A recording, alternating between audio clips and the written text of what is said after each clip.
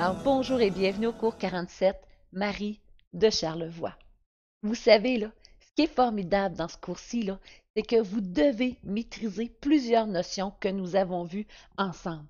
Eh bien oui, étape par étape, je vous ai montré l'addition, la soustraction, la multiplication, la division sur les nombres décimaux. Et vous savez, hein, je dis souvent à mes élèves, si vous réussissez vos chaînes d'opération, c'est réellement un bel accomplissement parce que cela signifie que vous maîtrisez bien les 4 opérations. Et là, vous pouvez vraiment être fier de vous. Alors, aujourd'hui, allons effectuer une chaîne d'opérations de nombres décimaux. Alors, regardons notre playlist sur les nombres décimaux. Nous sommes ici au cours 47. Ça va très bien. Et aujourd'hui, nous devrons mettre à profit toutes les connaissances que nous avons vues ensemble. Alors, effectuons maintenant cette chaîne d'opérations. Mais tu sais, tu peux également, si tu le désires, prendre un papier et un crayon et tenter de faire cette chaîne d'opérations à partir de tout ce que tu as vu. Et ainsi, tu pourras voir quelles notions que tu connais bien, très bien ou peut-être un peu moins bien. C'est un départ.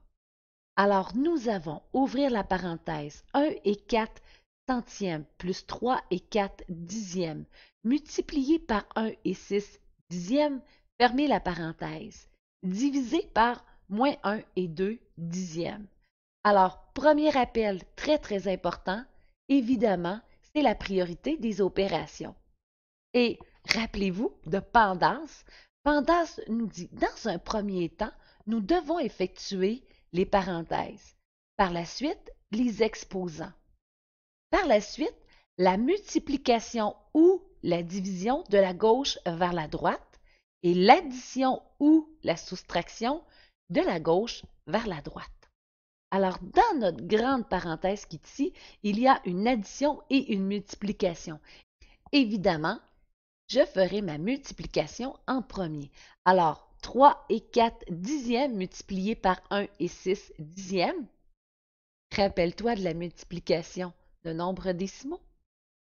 Alors, voici les étapes que nous avons vues pour multiplier les nombres décimaux. Dans un premier temps, on place nos nombres l'un sous l'autre et celui ayant le plus de chiffres en haut, tout simplement parce que c'est plus facile. Par la suite, on ignore la virgule, comme si elle avait disparu. On multiplie nos deux facteurs, comme dans le cas de nombres naturels. On compte les décimales dans les deux facteurs et on placera la virgule dans le produit afin qu'il y ait le même nombre de décimales. Et finalement, on respectera la règle des signes dans notre résultat. Et voilà le petit rappel. Alors, regardons notre première étape. Nous devons placer nos facteurs l'un sous l'autre, celui ayant le plus de chiffres en haut. Et si je regarde, ils ont le même nombre de chiffres. Alors, j'irai écrire 3, 4 et un 6 en dessous. Maintenant, j'ignore complètement la virgule comme si elle avait disparu, ce qui me donnera 34 multiplié par 16. Et je peux maintenant faire ma multiplication comme dans le cas de nombres naturels. Allons-y. 6 fois 4, 24, je retiens 2. 6 fois 3, 18, plus 2, 20. Je peux biffer mon 2 ici. Je suis maintenant rendu à la dizaine. J'ai placé mon 0 ou encore, je peux faire la méthode de l'escalier. 1 fois 4, 4. 1 fois 3, 3. Maintenant, je peux additionner 4 plus 0, 4. 0 plus 4, 4 et 2 plus 3, 5. Maintenant, je dois aller placer ma virgule dans mon produit. Et pour ce faire, je dois regarder dans chacun de mes facteurs le nombre de décimales. Alors ici, il y a une décimale. Ici, il y a également une décimale. Je vais pouvoir les additionner.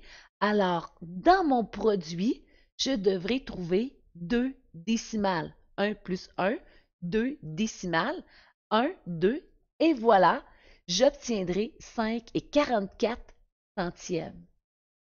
Dernière étape, bien sûr, respecter la règle des signes. Alors, un nombre positif multiplié par un nombre positif me donnera évidemment une réponse positive. Alors effectivement, 5 et 44 centièmes. Je réécris ma chaîne d'opération. 1 et 4 centièmes plus 5 et 44 centièmes divisé par moins 1 et 2 dixièmes. Maintenant, je dois aller effectuer l'addition. Alors, rappelles-tu de l'addition sur les nombres décimaux? Alors, rappelle-toi, dans le cours 41, les étapes, c'était très simple. Je devais tout simplement aligner la position de chacun des chiffres, c'est-à-dire les unités sous les unités, les dixièmes sous les dixièmes, et ça continue. Et super important, tu peux ajouter des zéros à la partie décimale afin que les nombres aient le même nombre de chiffres après la virgule. Allons effectuer notre addition. Alors, je vais venir aligner les chiffres selon leur position. Très bien. Alors, je vais écrire unité, virgule, dixième. Rappelle-toi de la stratégie dans les cours précédents. Et maintenant, regardons. 1 est à la position des unités. Très bien. 1 et 4 centièmes. Très bien. Et c'est le 5 qui est à la position des unités. 5 et 44 centièmes. Et maintenant, je peux additionner 4 plus 4, 8. 0 plus 4, 4. Je place ma virgule. 1 plus 5, 6. Et ainsi, j'obtiendrai 6 et 48 centièmes divisé par moins 1 et 2 dixièmes. Alors, très bien. Allons maintenant effectuer notre division. Te rappelles-tu comment diviser des nombres décimaux? Allons voir. Nous avons vu dans le cours 45 les étapes de la division de nombres décimaux. Dans un premier temps, on doit transformer le diviseur en nombre entier, c'est-à-dire qu'on multiplie les nombres par une puissance de 10. Par la suite, on divise, comme dans le cas de nombres naturels.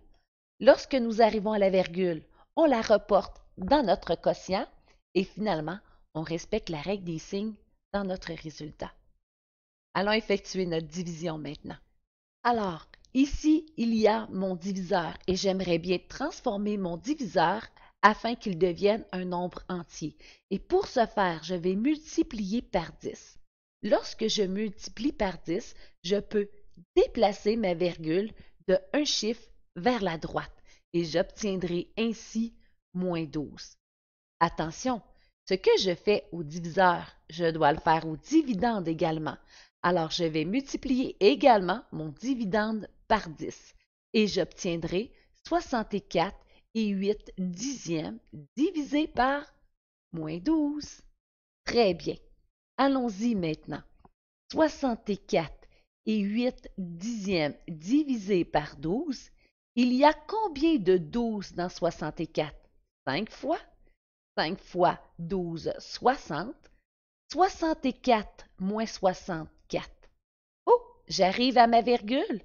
Pas de problème, je vais venir la reporter dans mon résultat, c'est-à-dire dans mon quotient, et voilà. Et je peux maintenant descendre le 8. Il y a combien de 12 dans 48? 4 fois. Alors, 4 fois 12, 48. 48 moins 48, 0. Et j'obtiendrai ainsi 5 et 4 dixièmes. Mais attention, rappelle-toi la dernière étape où on doit respecter la règle des signes. Si je regarde, mon dividende est un nombre positif alors que mon diviseur est un nombre négatif. Qu'arrive-t-il? C'est comme ici, c'est-à-dire que mon premier nombre est positif divisé par un nombre négatif et j'obtiendrai une réponse négative, car lorsqu'on multiplie ou divise deux nombres ayant des signes contraires, notre réponse est négative. J'obtiendrai donc moins 5 et 4 dixièmes. C'est impressionnant, toutes les connaissances nécessaires pour effectuer une chaîne d'opérations. Et tu sais, là, tu peux, si tu désires, revenir sur les rappels de ce cours-ci et peut-être faire des captures d'écran ou encore prendre une feuille et un crayon et écrire les rappels pour t'aider à l'école ou à la maison. Alors, c'est cela pour effectuer une chaîne d'opérations. Et le prochain cours, le cours 48, les nombres périodiques. Bravo, super! J'espère que tu es fier de toi et je te souhaite réellement une très belle fin de journée. Bye bye.